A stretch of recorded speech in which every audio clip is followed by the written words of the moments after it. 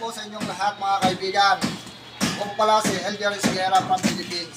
Kami po yung nag-assemble ng ganito chicken cage, layer cage. Yung paiklugan po. Ganito po ang pag-assemble niyan, sir, mga kaibigan, mga madam, mga boss. Ito po, yung feeds delivery. Ito po yung tatlong patong na feeds delivery po. Isa, dalawa, tatlo.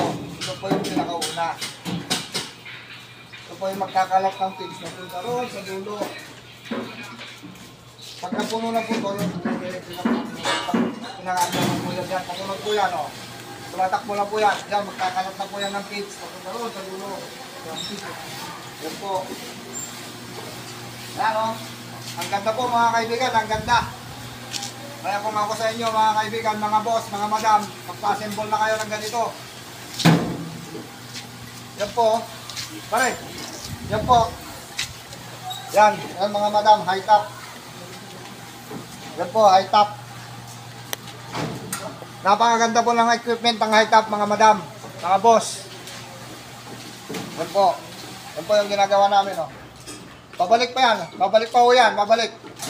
Pero, meron po siyang reverse.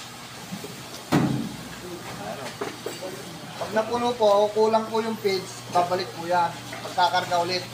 Tapos, babalik ulit doon. Dire-diretso yung pagkarga niya.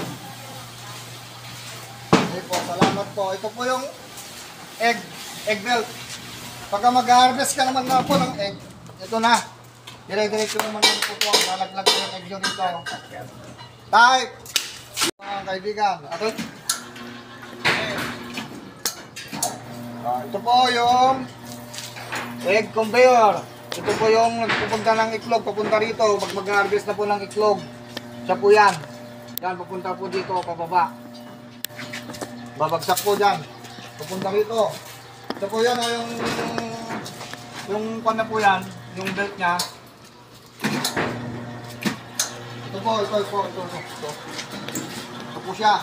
Papunta rito. Yan. Mga kaibigan, ito. Ito yung belt niya, papunta dyan. Pagalon. Papunta dyan para papunta ron sa harapan. Yan po siya. Yan, o. Diretso po yan mga kaibigan, mga boss, mga madam. Ito po. Pag nangitlog po yung manok, babagsak po dito. Yan po yung egg, papunta dyan. Diretso lang po yan, pagkanyan po. Kaya napakaganda po itong equipment ng high top mga madam, mga boss.